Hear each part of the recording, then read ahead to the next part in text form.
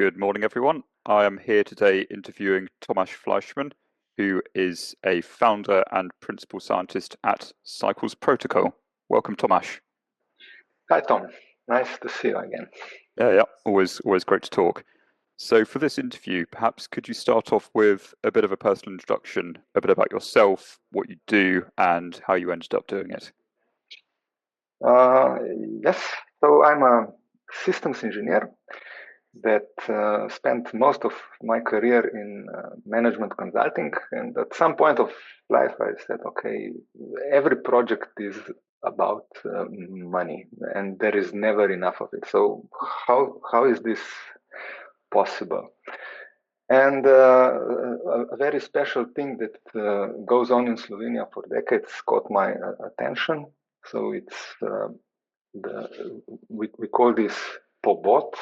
English translation would be a long one, like a multilateral trade credit set-off. Basically, firms reporting their debts, finding cycles to clear the cycles to reduce the mutual indebtedness. So we are doing this all the time, and it looks like it's very specific to Slovenia. Now, I started to investigate this, and I decided to make kind of the rest of my career basically developing this idea, promoting this idea outwards. So this is how I ended up in this community. So in this research, first I found out that Slovenia is not the only one doing it. So you have this stuff going on in Romania, in Bosnia and Herzegovina.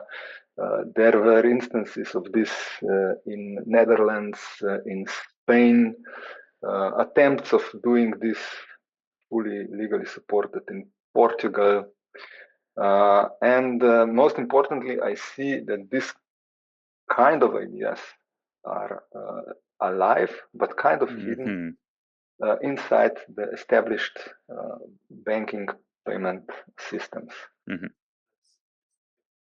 Fantastic, thank you. And so maybe you could tell me just a bit more about how you were involved in the system in Slovenia, and then how you ended up working at Cycles Protocol, and also perhaps a bit about the paper which you published a few years back, which actually led to us meeting and starting to work together. Yeah, so I was a bit of I had a bit of a luck in this situation, since my co-workers in the consultancy, in management consultancy firms, were actually inventors of or developers of this system over 30 years ago in Slovenia.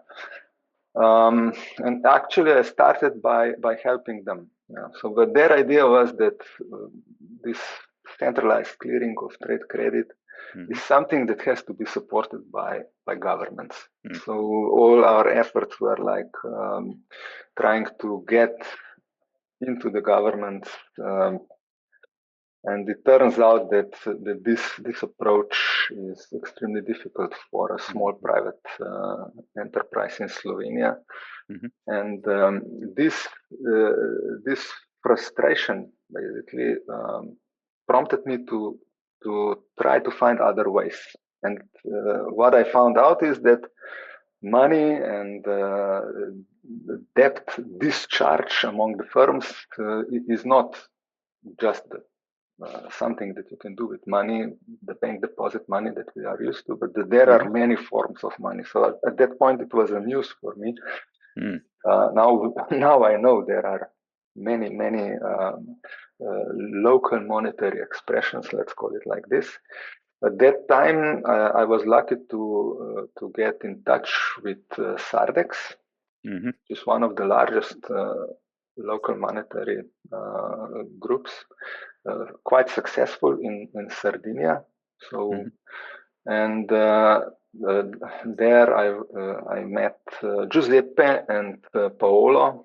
And the idea was, okay, let's make an academic style paper, a little bit of research based on real data from the community using Sardex in Sardinia, and putting on top of this concept of trade credit set-off to see whether the combined approach would create any benefit.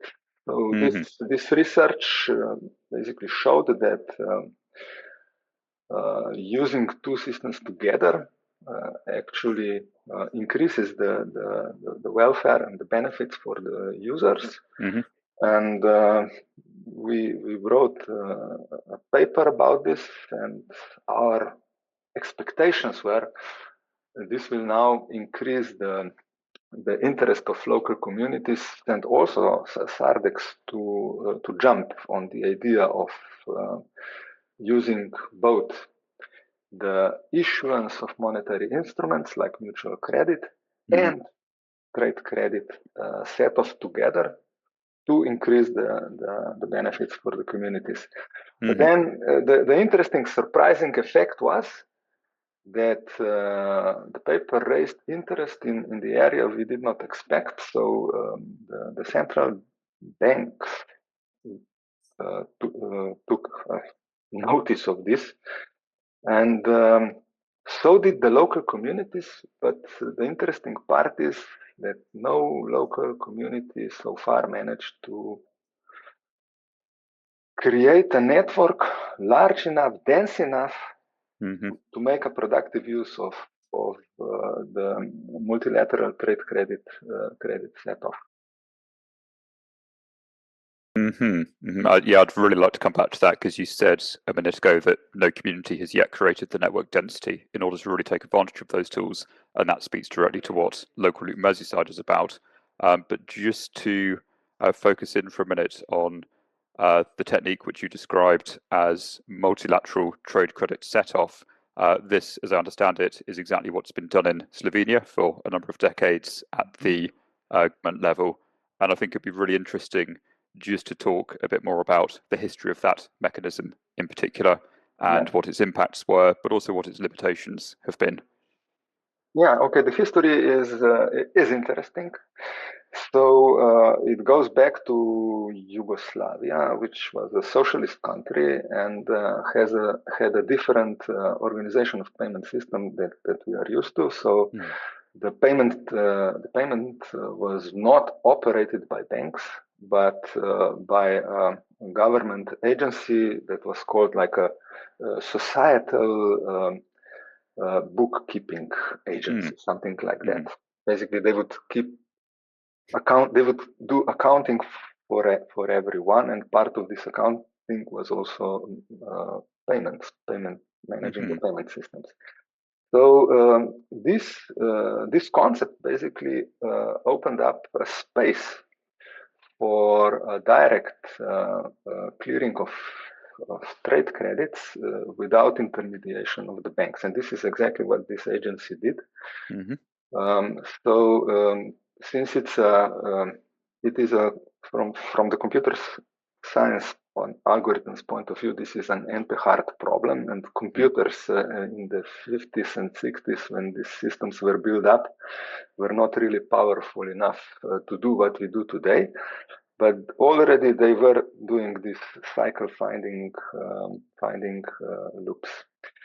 So Slovenia, as the most advanced economy within Yugoslavia and with most technical knowledge, was leading these efforts. And just before the collapse of Yugoslavia and when Slovenia started, a team in Slovenia, where my colleagues were founders, made a new version of a payment system for Yugoslavia. And of course, part of this payment system, of course, was also this multilateral trade credit setup. Now, with the collapse of Yugoslavia and Slovenia in a position where we had to seek for international recognition, we had to make a lot of compromises. So there were conditions set to us, and one of the conditions was to abolish the independent payment systems and put payment systems back to banks. And in this process, my colleagues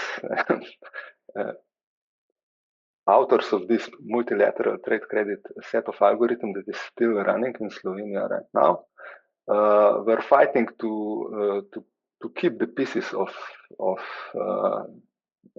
the payment system. So the interesting compromise was to move all the payment systems to the banks, except for the multilateral trade credit setup that was operated as a private-public